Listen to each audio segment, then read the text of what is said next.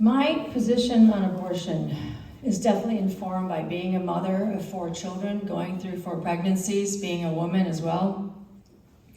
And it hasn't changed since President Clinton said safe, legal, and rare.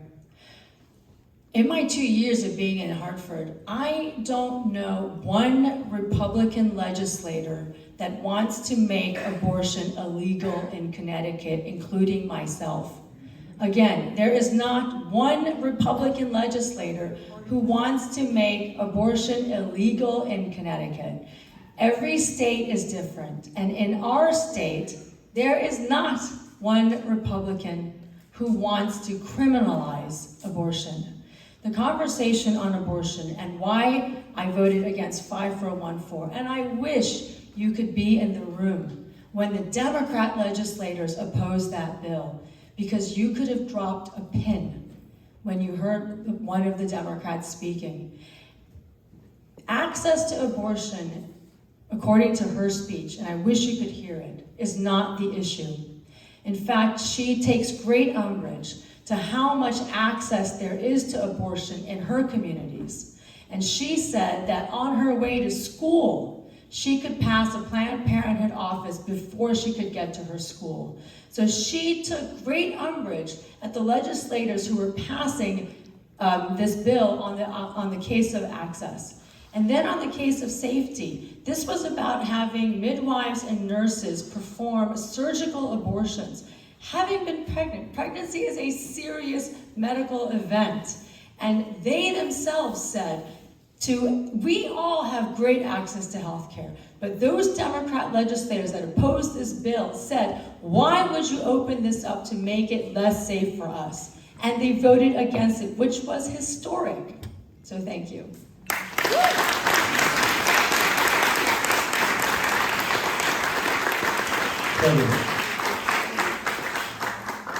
I think we've heard that it's settled law already. I don't want to hear that again.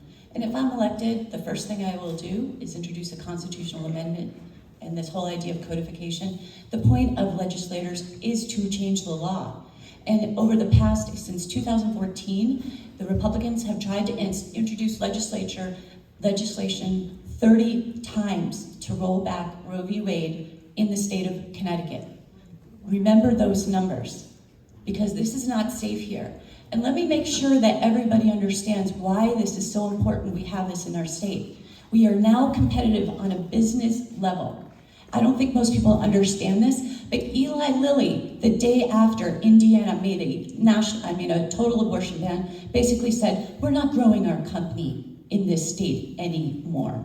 Did you know that elite athlete students are coming to Connecticut because they get proper reproductive health care? When I was 12 years old, one of my mom's friends got into trouble, and we had an extra room in our house, and she had her baby, and she gave it up for adoption.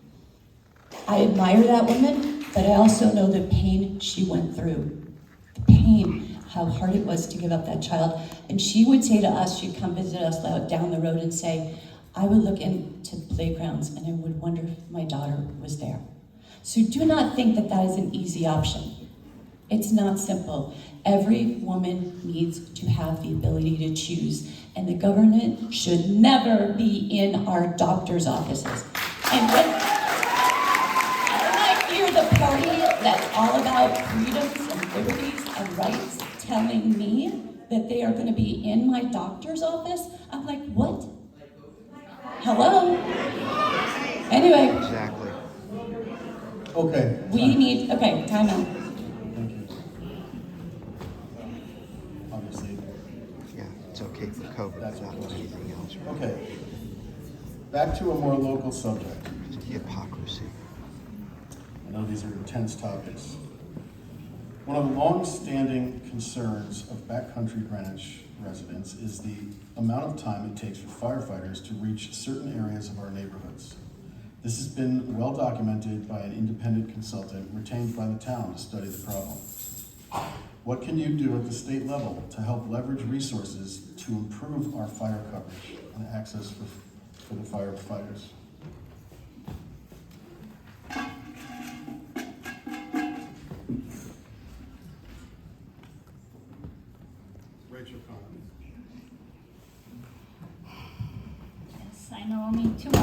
this issue. Living in a part of Greenwich where often it takes firefighters about 14 minutes to get to my house. I worked on this while I was on the RTM, and we passed a sense of the meeting resolution acknowledging the need for better fire coverage in Northwest Greenwich.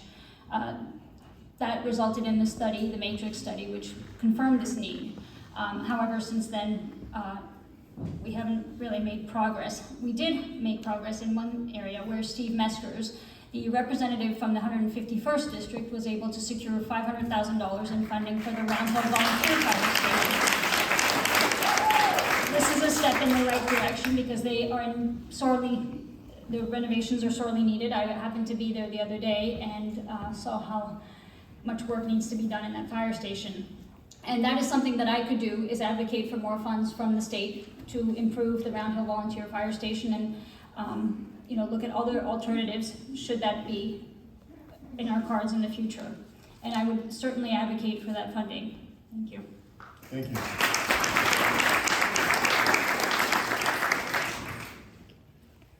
Ryan? Well, I stand ready at the state legislative level to support whatever measures the town takes in order to protect the public safety, improve the response times, and do upgrades to the Round Hill Fire Station. I applaud the $500,000 of aid that came to the Round Hill Fire Station.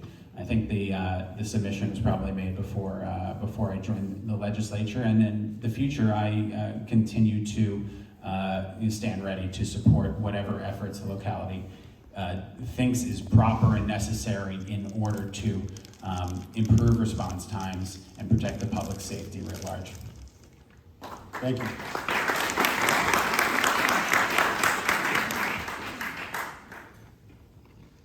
Trevor Crow? Thank you again to Steve Meskers. This wasn't even his district.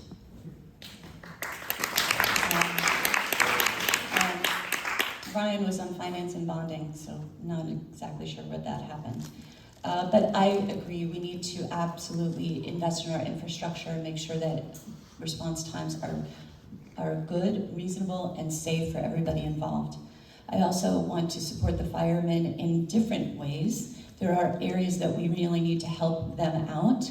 Apparently their training academy needs better paid trainers. The people who are actually doing the teaching now don't get paid as well as even the online firemen to this day. Also, our firemen and women need better washing machines because when they're out and they're using their chemicals, they're carcinogenic, and we need to pay and help our firemen and women to wash their clothes. They're apparently very expensive and large, and we need to make room for them, but we need to support the people who are first responders with everything we can. So I see a future where we put our heads together again, when we collaborate and we solve problems, we can do this. And thank goodness for our first responders. I have total and complete respect for all of you. Thank you. Thank you. Kimberly. Okay, John. Anytime that tax dollars are returned to us is a reason to applaud and celebrate, because that is our money coming back. But I know in all of these projects, it's not going to be enough. And in fact, I was reached out to help in privately fundraising for Round Hill Association, a Round Hill Fire Station, the volunteer fire station, which means, again, we're back to how much wealth, energy, and resources do we have in our own communities. To be clear, we sent to Hartford like $950 million in income taxes last year, and we got back $500,000. We get zero in education funding. And Connecticut, in Hartford, on the Democrat Party, they have 7 major taxes that they want to push, including a statewide property tax. They do not look to us to respect our dollar. Time and time again, they look to our region, Greenwich and Stamford, because this district represents both, are the 2 highest income taxpayers to the state. When it comes to the state spending, as they said, that this is a booming time and they're being so responsible. In this time, they increased social services by $500 million. In good times, they increase social projects, and in bad times, they increase it even more. There is no check on the spending from the Democrat side, and that hurts all of us. We have to realize that in order to lift up all the people that we are yearning to help, you have got to embrace free markets and free people solutions. They won't come from continued bloated government programs. And that's been proven time and time again.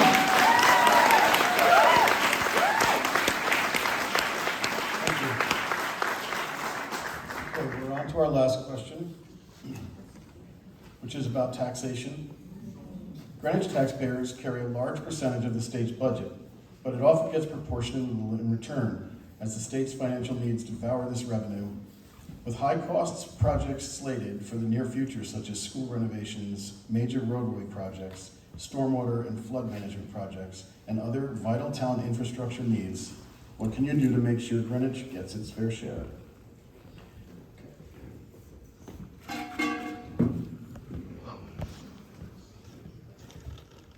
Ryan Fazio.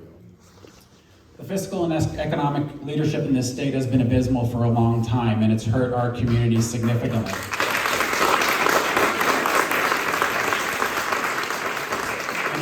And I would also like to preempt, I think, some of the comments you'll hear from my Democratic friends across the aisle.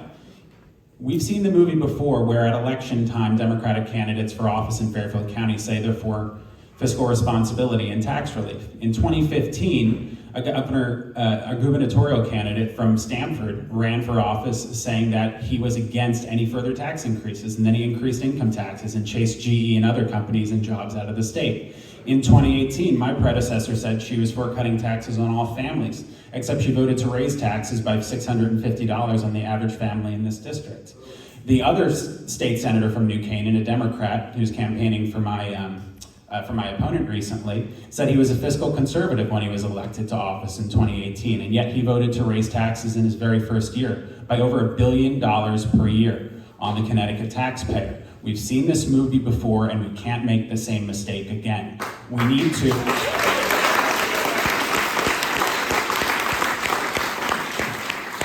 include all the budgets from the last 4 years together, add them up. The cuts, the increases, they amount to over $1 billion of tax increases per year on the Connecticut families, workers. That's unacceptable. I introduced legislation with my colleagues for a $1.2 billion tax cut. Give the money back from inflation and federal dollars to the taxpayer. Let them spend it as they see fit. We need tax reform, simplify our tax code, reduce the income tax rates in order to encourage long-term economic growth. Support our small businesses by streamlining regulation. Reduce healthcare costs, reduce energy costs, which are the highest in the continental US. We need a change in direction. We need economic leadership. I stand ready to provide that leadership in the next 2 years.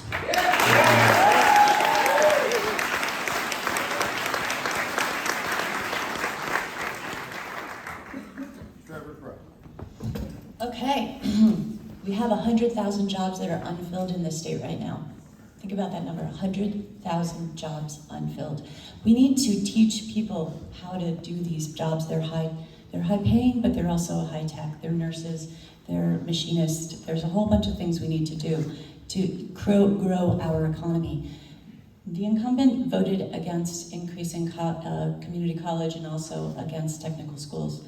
I believe we need to help our young people get on their feet and grow our economy and fill these jobs. So what I'm telling you is there are incredible companies coming to this state right this minute. You guys might maybe have heard of David Lehman, but he's a rock star and he's really he's identified fintech, biotech, and aerospace. These are the areas that we are really, really good at. We have world-class machining here because of Sikorsky. As a result, we're seeing jobs come to the state. Amazon just announced 3,100 jobs are coming here. We have a company from Dublin called Neritas, and they do biology medicine. We have companies coming here that are looking for the draw of Connecticut, which is our beautiful education system. We cannot defund our education system. We gotta support our teachers.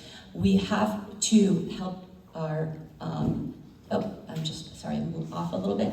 I want to also point out that the incumbent talks about affordability. He voted against a historic $640,000 tax cut this year that gave people car tax, property cap, gas tax holiday, child tax credit, more, and helping families with their mortgages, against free bus service. Pardon me, we're done. Thank you.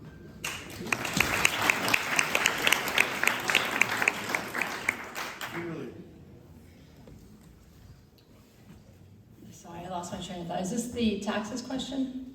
Yeah, Greenwich taxpayers carry a large percentage of the state's budget, but it often gets proportionally little in return as the state's financial needs devour this revenue. With high-cost projects slated for the near future, such as school renovations, major roadway projects, stormwater and flood management projects, and other vital town infrastructure needs, what can you do to make sure Greenwich gets its fair share? Greenwich getting its fair share is honestly not the issue. It's, you're working against a machine that doesn't see it that way. And the true fight is to ensure that they don't take as much in the first place. I'm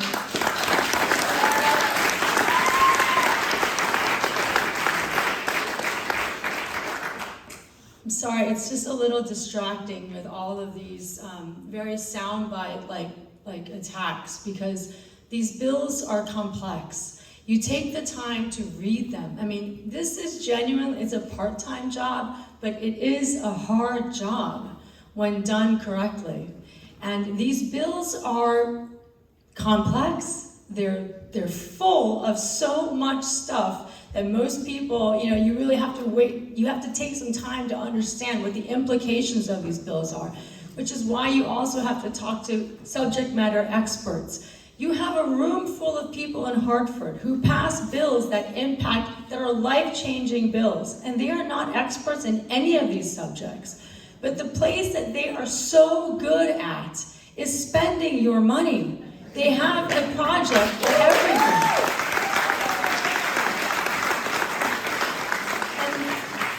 And that's the God-honest truth. Are the programs good? Maybe, but there's no accountability for them. If they're not any good, do we stop and pivot and try something new? No, we don't. We just pile on new programs. This $600 million historic cut, when you go knocking on doors, there is no one out there that senses a historic tax cut, because it is not a historic tax cut.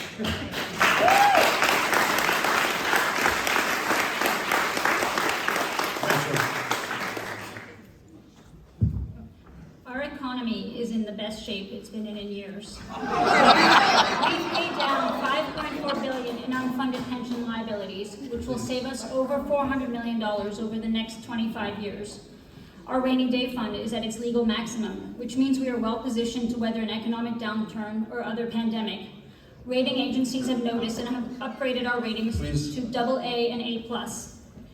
Business formation is up 40% since pre-COVID times, and 14 Fortune 500 companies are headquartered in Connecticut. At a recent Yale Economic Forum, business leaders called for 4 more years of Governor Lamont.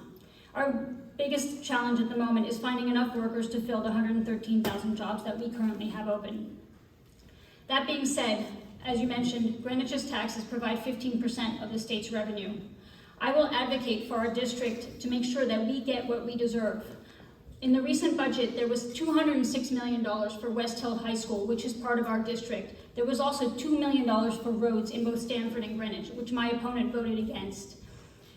I will support no tax increase budgets, and I will also vote for repealing or decreasing the estate and gift taxes to ensure that residents stay in Connecticut. And again, I will advocate for our district to make sure that we get the funds we need for our district.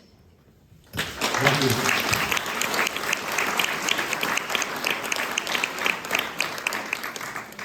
Okay, those are our selected questions, and now I'm going to put your names back into the flower bucket, and you'll each have a 3-minute closing statement.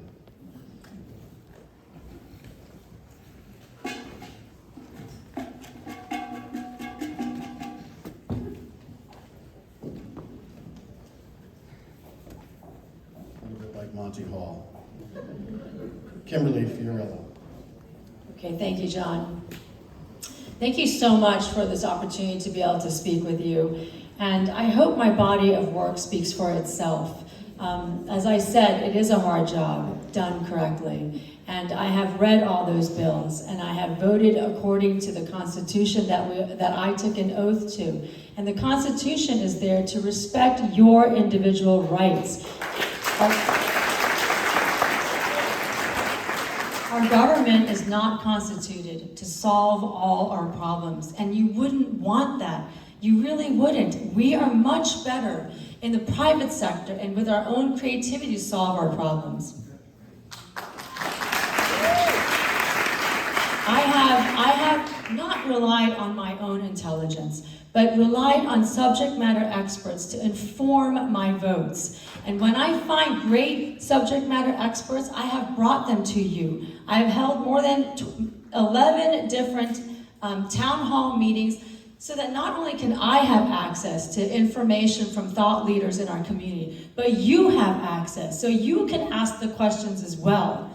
I have written the most detailed emails linking to all of the bill language so you can understand what is being passed in Hartford. And I'm so grateful for all the responses that you've sent and the encouragement you've given. I have been endorsed by the Connecticut Realtors, the Small Business Association, National Federation of Independent Business, and the Stanford Police, and other police organizations. And I hope that gives you some confidence that there are larger organizations that pay attention to the bills that are passing in regards to our economy and public safety, that see me as the best candidate for the economy and public safety. But I want to talk about the hard part of this job. Yes, reading the bills.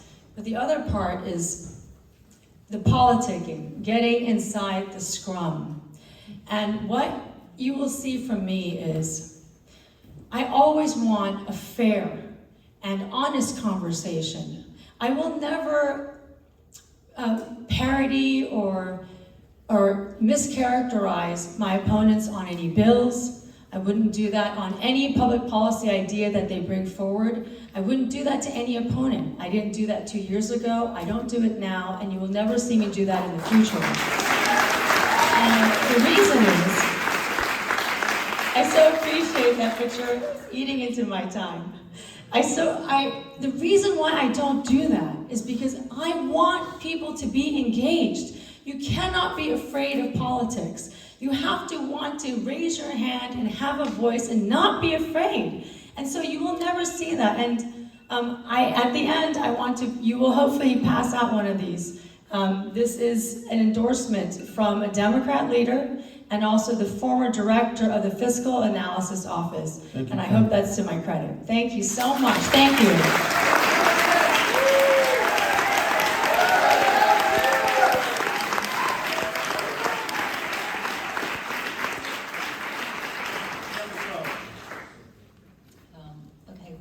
So what is at stake? We have to look at this, first of all, in women's reproductive rights is right up there with main climate change. I sure as heck don't want to see us defunding education in this state, because what I want to see is economic growth, and we're on the right path. As I mentioned before, Advanced CT is doing an amazing job, and the jobs that we have coming here are really impressive, and they're based on our education system. We have a beautiful lifestyle here in Connecticut that I want to maintain, and we need to be more careful with our environment, and we can do a better job at funding studies and really following them and having plans, and from everything from composting to pollinator farms. I mean, there's so many things we could be doing better. I will fight the gun lobby. I absolutely believe we do not need guns in the wrong hands, and I believe in background checks, and I will support hard anything for that. I do believe in SROs in schools. I am not against policemen. I do believe in body cams and dash cams. Ryan voted against them. I believe that we need to work on our infrastructure.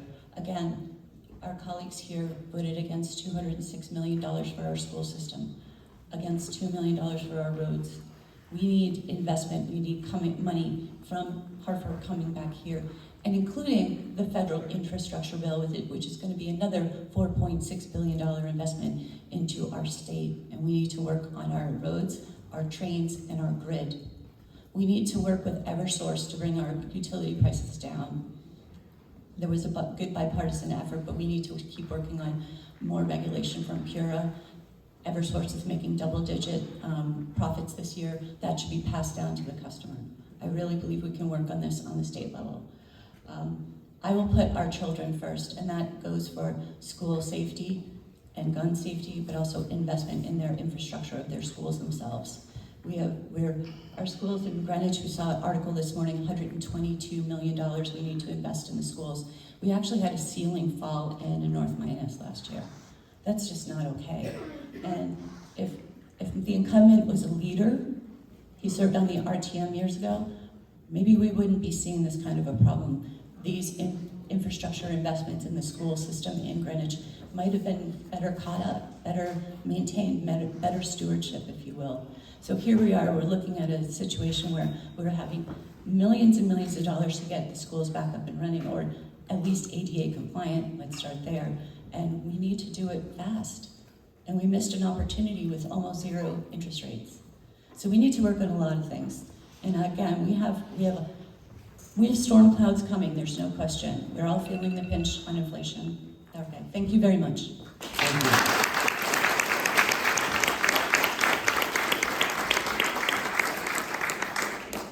Rachel. Thank you for this opportunity to have a discussion on such important issues. Connecticut is a great place to live, work, raise a family, and retire, and it's getting better every day. More and more businesses are choosing Connecticut as their headquarters. Over 50,000 people who moved here during the pandemic are staying here. Our economy is turning around, and fiscal responsibility has been restored to our state government, thanks to the fiscal prudence and leadership of Governor Lamont. Our schools are among the best in the nation. Connecticut is one of the best states to live in for women and families. We have the most educated workforce. Our healthcare system is ranked the 3rd best in the country, and we are the 3rd safest state in the nation. Important steps have been taken to help residents struggling with inflation, including the largest tax cut in history, $600 million to help seniors, homeowners, and families keep more money in their pockets. We made a monumental payment against our pension debt. The state's rainy day fund, our protection against an economic downturn or other emergency, is fully funded. These measures, including 4 years of balanced budgets, have captured the attention of all 4 ratings agencies and business leaders who recently convened for a leadership forum called for 4 more years of this. I couldn't agree more, and I will partner with Governor Lamont to continue this progress. That's why I'm running for state representative. We need to keep the progress being made on restoring our economic vitality and health going. We need to make balanced, no tax increase budgets the norm, not the exception. As we continue to build upon our success in stabilizing our economy and fiscal health, we need to turn our attention to cutting and eliminating taxes, such as the estate and gift tax. And we need to protect our values and rights, to make healthcare choices for ourselves, keep our communities safe from gun violence, make voting more accessible to everyone, to build resiliency in our community against the ravages of climate change, to create opportunity for success in the workforce through job training programs that link our talented residents to over 100,000 jobs available right now. And it's time for voters of this district to be represented by someone who fights for them, not against them. As your representative, I will fight for our fair share of state funding. I'm committed to continuing our 4-year streak of no tax increases, balanced budgets, and to upholding the rights and quality of life that make Connecticut a destination for so many. Because where you put your energy and focus on as a representative reflects your values. On November 8th, I hope I can count on your vote. Thank you.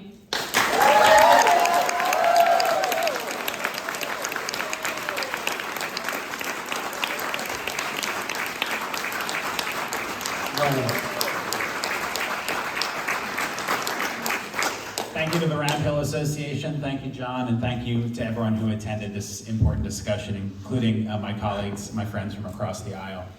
If I had to name the ideal place to build a life, I could not do better than Greenwich, Stamford, New Canaan.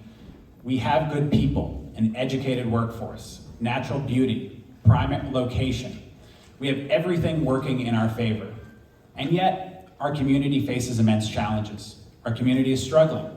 When I talk to small business owners across our district, without fail, they say it is difficult to operate here, to create jobs, to provide goods and services. One from Costco told me recently that she constantly thinks about going out of business and would if not for her employees and her customers who she wants to support.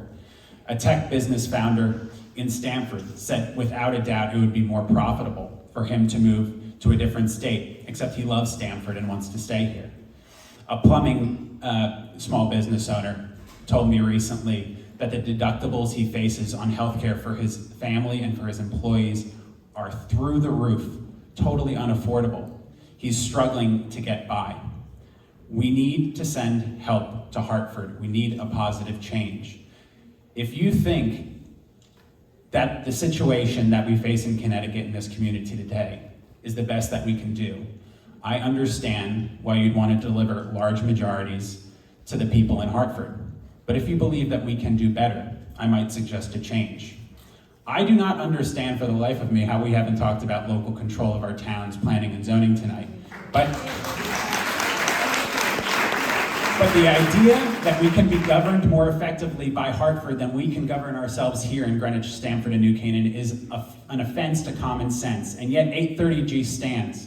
I was the only member of the state Senate this term, to submit legislation to change 830G and increase local controls of our town's planning and zoning.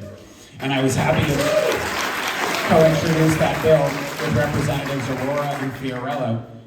There are at least 10 different bills in order to further undermine our local control of our planning and zoning and neighborhoods, including a bill to double, basically, the 830G requirements.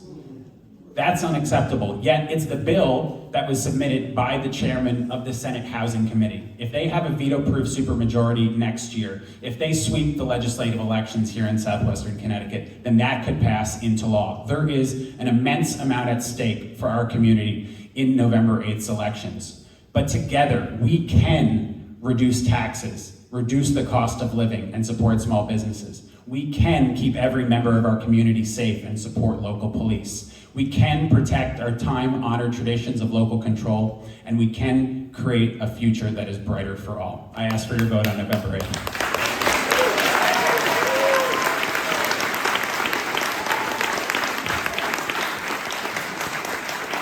Thank you. Thanks to all of you. Great job tonight. Appreciate your efforts, your views.